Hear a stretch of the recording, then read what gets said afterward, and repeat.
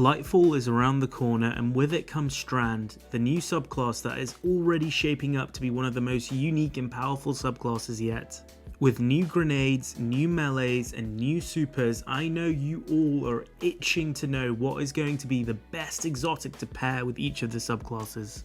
Well, even with the limited information and previews we have gotten, I'm going to recommend one exotic for each class, so one for Hunter, one for Titan, and one for Warlock, that I know will pair insanely well with Strand right out of the gate in Lightfall. These exotics will work very well on their own with little build crafting, so you can equip them from day one with Strand and gain a massive benefit with them. If you're going to use Strand in the legendary campaign or the day one raid, these exotics will work great there as well. So we're going to start off with Warlocks and a super slept on exotic, Verity's Brow.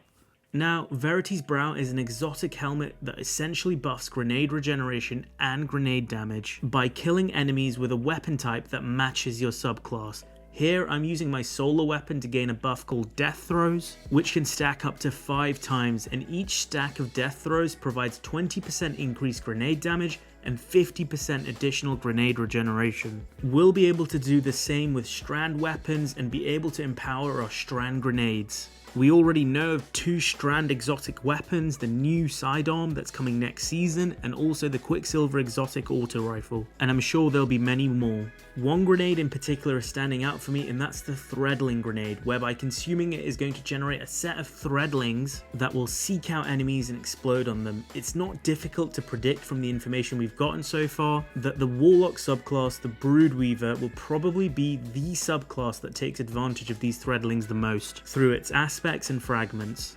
Verity's Brow also improves your allies' grenade regeneration as well when you throw a grenade while Death Throws is active by 1000%.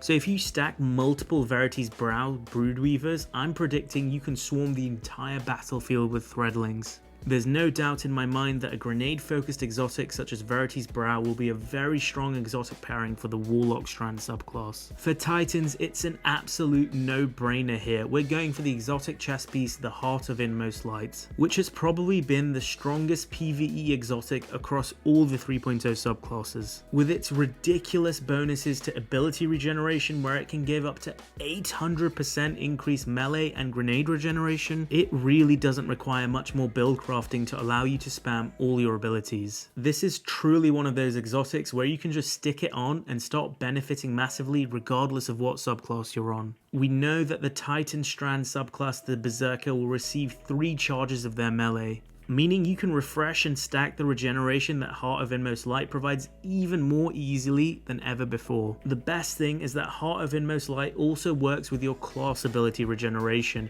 You can see me here spamming my Rally Barricade to get an overshield again and again, and with the new Titan aspect, Drenger's Lash, your barricade will become a powerful ability, letting you suspend enemies with a Strand shockwave when you deploy your barricade. Heart of Inmost Light is going to be the play for all you Berserkers out there. 3 melee charges, a powerful class ability, and various Strand grenades are all going to be supercharged with Heart of Inmost Light. For Hunters, I wanted to recommend something a little different here. I didn't want to recommend a neutral exotic like I did for Titans and Warlocks, but instead I wanted to recommend an exotic that makes any super a DPS powerhouse, the Star Eater Scales. Now, the Star Eater Scales are exotic hunter boots that supercharge any hunter super regardless of subclass and increase the DPS of the super significantly.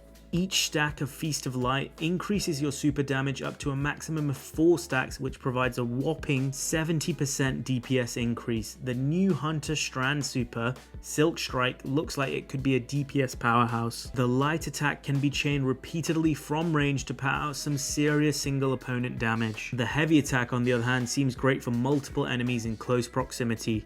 Either way, the DPS increase from Star Eater Scales will be a huge benefit, and if the new Strand super comes right out of the gate with massive DPS numbers, Star Eater Scales could be the play for the day 1 raid. So there you have it guys, my 3 exotic recommendations for each class that will pair perfectly with the new Strand subclasses. I guarantee you that these exotics will be great straight out of the gate on the first day of Lightfall with very little build crafting, but I suspect just the smallest amount of build crafting or the use of artifact mods could really take these builds to the next level. So once Lightfall is out and we have a better grasp of our abilities and mods that are here next season, I'll be making more in-depth build guides for each of these subclasses.